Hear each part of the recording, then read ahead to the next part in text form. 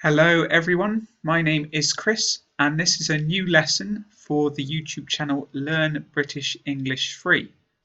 The other day I was doing a Skype lesson for one of my students, hello to her if she's watching, and she asked a very good question about something called the singular they in English, which is when for certain general gender neutral situations we use they to describe a singular person or a single person. It is a bit confusing, so I wanted to make a video lesson to clarify, and I've found a useful article from the Oxford Dictionary's blog to help us. So I'm going to read it. Please see the description under the YouTube video for the link to the article and enable captions, subtitles on YouTube and Facebook to read along. The title is He or She versus They. It's often important to use language which implicitly or explicitly includes both men and women, making no distinction between the genders. This can be tricky when it comes to pronouns. In English, a person's gender is explicit in the third person singular pronouns, i.e. he, she, his, hers. There are no personal pronouns that can refer to someone, as opposed to something, without identifying whether that person is male or female. So, what should you do in sentences such as these? If your child is thinking about a gap year, he, she, or they can get good advice from this website. A researcher has to be completely objective in findings. In the past, people tended to use the pronouns he, his, him, or himself in situations like this. If your child is thinking about a gap year, he can get good advice from this website.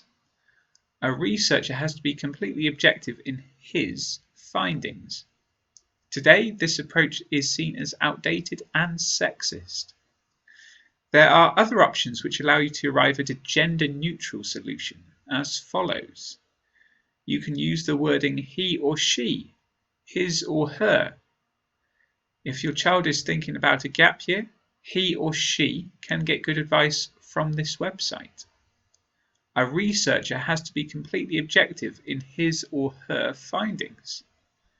This can work well as long as you don't have to keep repeating he or she, his or her throughout a piece of writing.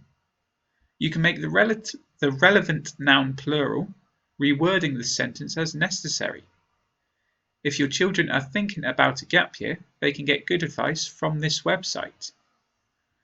Researchers have to be completely objective in their findings.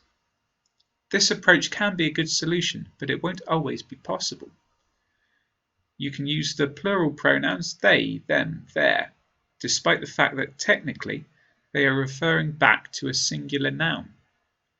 If your child is thinking about a gap year, they can get good advice from this website. A researcher has to be completely objective in their findings.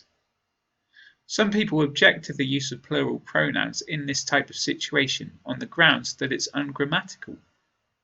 In fact, the use of plural pronouns to refer back to a singular subject isn't new.